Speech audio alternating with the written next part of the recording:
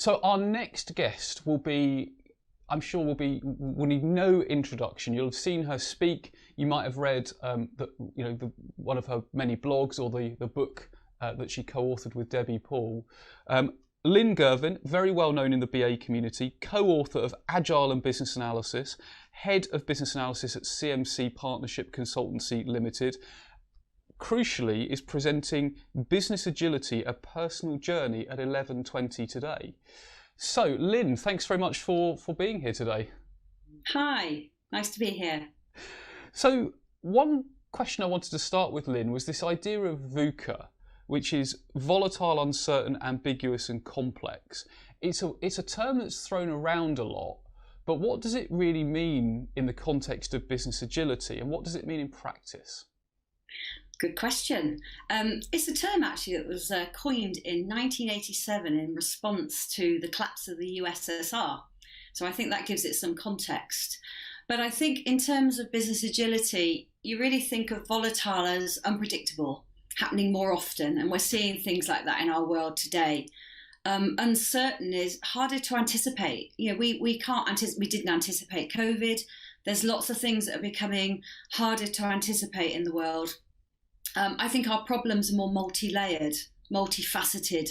I think our problems are sort of intermingled with lots of other things. It's really hard to detangle those things, and that's really in the complex environment. And the ambiguity is there isn't really a one-size-fits-all, and the term best practice, I think, it's becoming a little bit redundant as the world, I think there's more grey than there is black and white in the world today. So I think VUCA really frames the environment for which organisations need to operate.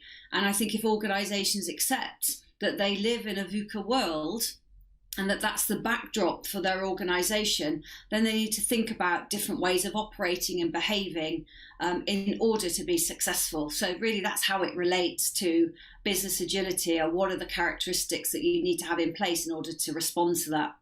Yeah, that's really interesting, Lyn. And as you were talking there, I was thinking about the importance of context, because you mentioned best practice. And of course, what some organisations do is they take the past successful practice from one organisation in a completely different environment, context, and often national culture, transplant it and wonder why it doesn't work, because the context is so different. So presumably understanding that context is so important, understanding the complexity of the context we happen to be in. Oh, that is critical. And I think that organisations, their context is shifting as well.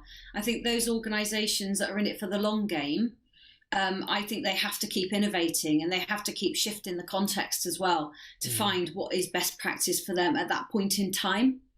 And I think that's really critical for them to be able to be successful. Yeah, that's interesting, isn't it? It's almost perhaps become best practice, to paraphrase what you just said, that best practice for this context for us right now. But best practice for us right now isn't necessarily best practice for us in even a year's time. So things are moving so quickly. Yeah, and I think that's why an organisation needs to have different characteristics today than they have had in the past, because I think there was predictability in practice. There has been predictability in the way the context of the organisation, maybe even the customer sets. But because the world is so VUCA now, I think all of those things are shifting around it, and the organisations have to think very differently. Yeah, definitely.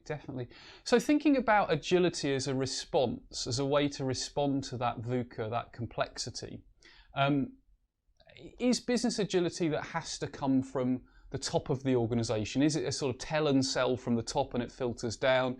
Is it sort of bottom up? Could one person initiate it, or does it meet in the middle? How does an organisation exhibit? How does it build those sort of dynamic capabilities?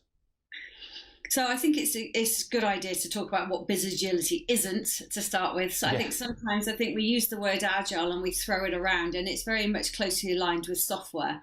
When we're talking about agility in the context of business, we're not talking about building software.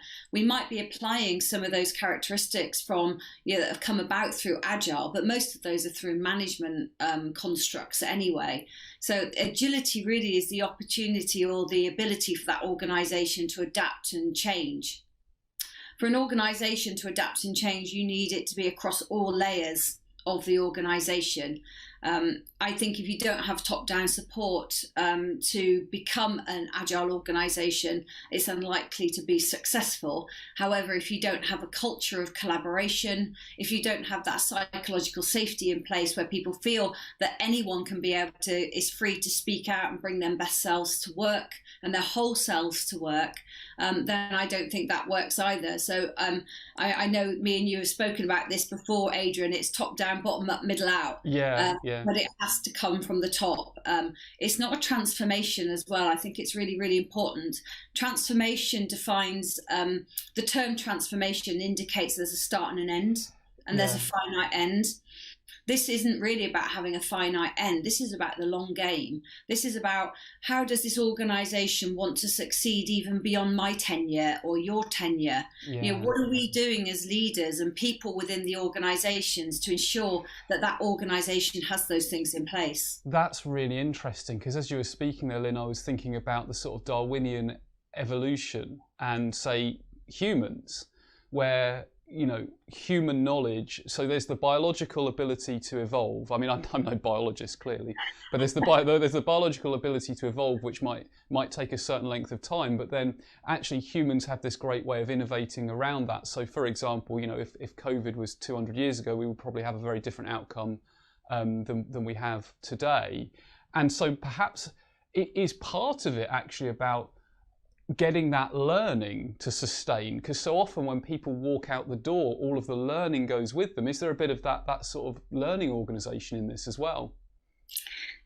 I go back to the collaborative culture. If you've got an organisation where people are just thinking about what they want to achieve for themselves, then you're not going to have a learning organisation. And it's about putting in place a learning. And one of the things I'm going to be talking about today, actually, in my talk is, my organisation, CMC, is an EOT. Employee-owned trust. We're all partners of the organisation. We need a culture where everyone is looking for what next the organisation can succeed, in the future.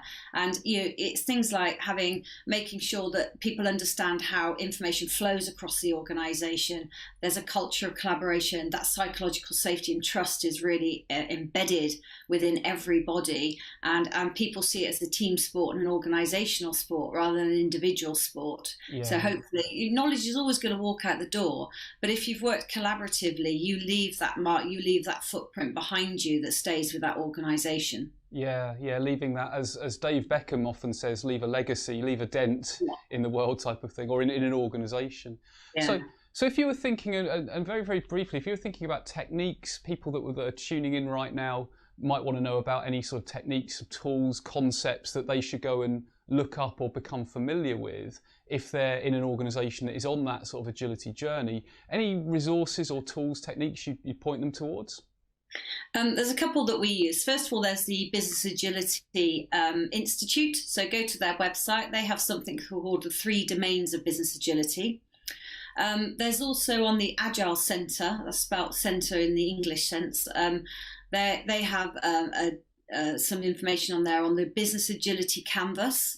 And that looks at 6 enablers of business agility, and that's been written by Kareem Harbert, and he's written a book, The 6 Enablers of Business Agility. And there's another book, and I'm going to write this down because I always get the actual phrase wrong. Sooner, Safer, Happier. It's easy to get that wrong. By John Smart. He works at Deloitte, and he's written a book around business. So those are some literature you could go to. I think in terms of tools and techniques, there's a lot of standard BA tools and techniques that can really help organisations become more agile.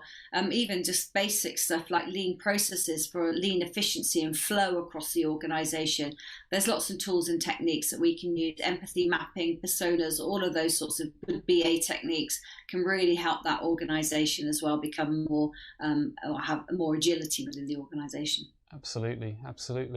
And without giving too much away from your presentation, because I'm sure people will want to attend it and see it live, but if there was like one takeaway that you think, I really want people to take this away, or these couple of things away from my presentation, what would those things be? Business agility is hard. There is no silver bullet to it, as with any thing, and it's not a transformation.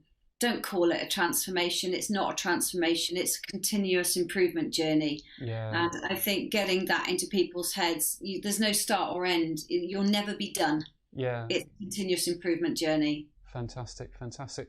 Well, Lyn, just before we end, I've noticed that throughout the interview, Ralph has also been with us. So Ralph is, I have a rule that anyone or any pet on screen has to be introduced. And Ralph looks very comfortable there. So Yes. I think you'll probably find Ralph's going to be getting shout-outs in the next episode now. So Lyn, thanks for taking time to speak. We could speak for much, much longer, as I'm sure we will at some point. But I mean, I'm sure people want to stay in touch with you. They'll want to know more about what you do. How can people connect with you?